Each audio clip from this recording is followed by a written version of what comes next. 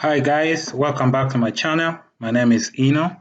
So in today's video, we'll be looking at ownership and permissions in Linux as it pertains to files and directories. So we'll use a few examples to show how to modify both permissions and ownership, and also what the changes can do when you modify permissions. I'm actually logged into an Ubuntu machine, and the commands we'll be using here should apply to other distros like Kali, Linux, Fedora, and so on. We'll list the directories and files we have in this folder, and I already created a test folder one here and the test file. This is a file because it starts with a dash, of course, and this is a directory because it starts with a D. Now, when it comes to permissions, the first three are the permissions for the user, Eno. The next three are going to be the permissions for the group, Eno. The last three are going to be the permissions for others. So these are the permissions, and then you have the ownership right here. Okay, same thing with the directory. You have the permissions, and then the ownership group and user ownership of that directory. Now to modify permissions, the command to use is change mode. And then we have two modes. We have absolute mode and relative mode. In absolute mode, we use numbers. There's number 4 for read, number 2 for write, and number 1 for execute. And if you combine those, let's say you want to give a user read, write, and execute, it's going to be 4 plus 2 plus 1, which is 7. So we'll say 7 here, and then the group 7. And let's say we just want to give the others for this file here. Maybe write and execute. So 2 plus 1 will be 3. And then you have to put the file, test file list again, and you should see that the permissions have changed. Read, write for both the user and the group, and then write and execute for the others. Now we'll demonstrate what this means as far as a file goes. Read means you can read a file. Write means you can write to that file. And execute means we can actually execute an executable file. Now let's say we remove right now we have the read and write, so that means I can actually do a cat to read the test file, and I can also do vim to modify the file.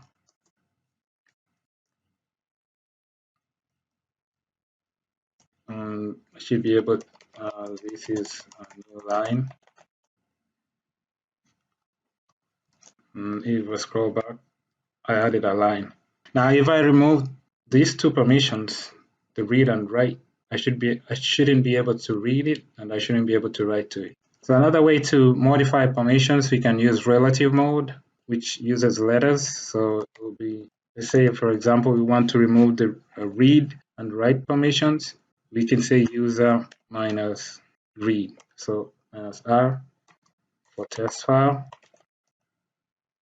And if you list it, if you try to actually read it, it should say permissions denied. Because if you look at the file now, we don't have the read permissions. And we can go ahead and remove the write permissions, and we shouldn't be able to write to it either. Actually, let's use there's another method for changing permissions, slightly different. You can say user equals to just execute. You actually have to put the file here, test file. And you should only have execute for the user, no read and no write. And if you try to do vim to test file, it should say it says permission denied. That's how permissions apply to a test file, and that's how you would modify them. Now, when it comes to ownership, what if we changed the ownership of this file and kept the permissions? How is that going to affect what we can do as far as the user Eno? So we'll go back and give back those permissions, the read and write permissions. We'll say 77, 1 for others, which will be execute, and this will be for the test file. Now we have all the three permissions.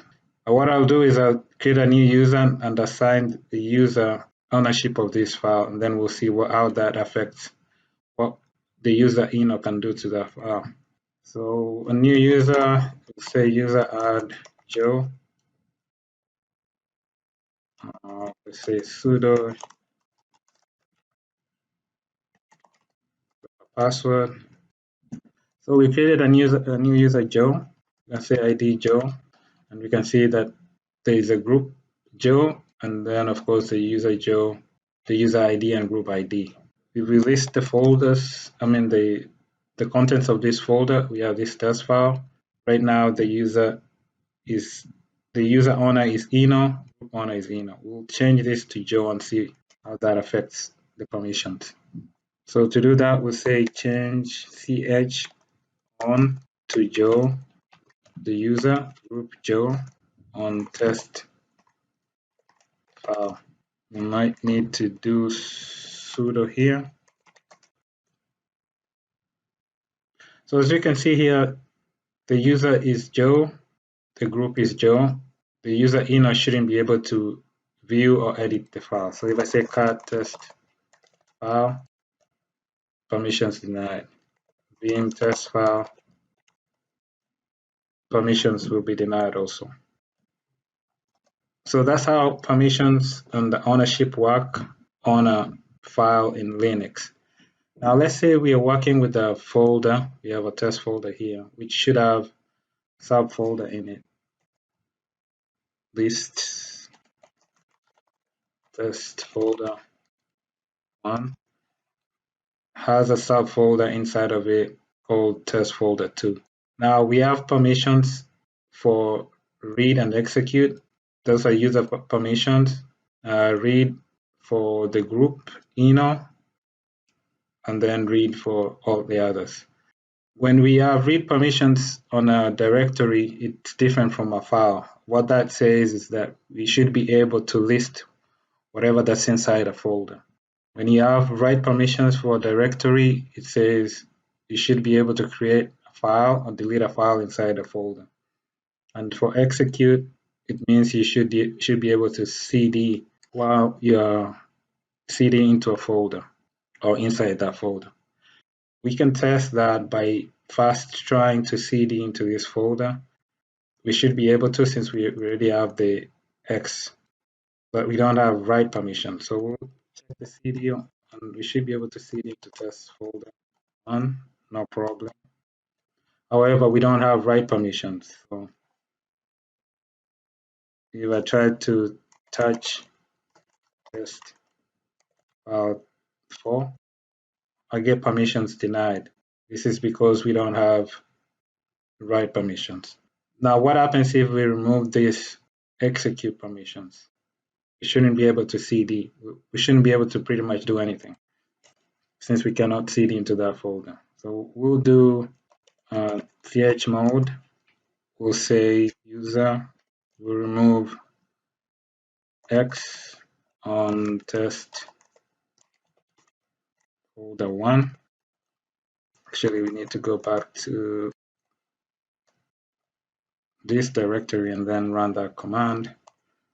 Chmod, remove execute from test folder 1. We'll list, and as you can see, execute has been removed from the user. So what will that do if you try to cd into the test folder 1? So if you try to cd test folder 1, it should say permissions denied since you don't have the execute permissions for the test folder. So that should be pretty much it for this video. It was just an overview of the differences between ownership and permissions as it applies to files and directories in Linux. I hope this information has been useful. I'll see you on my next video. Thanks. Bye.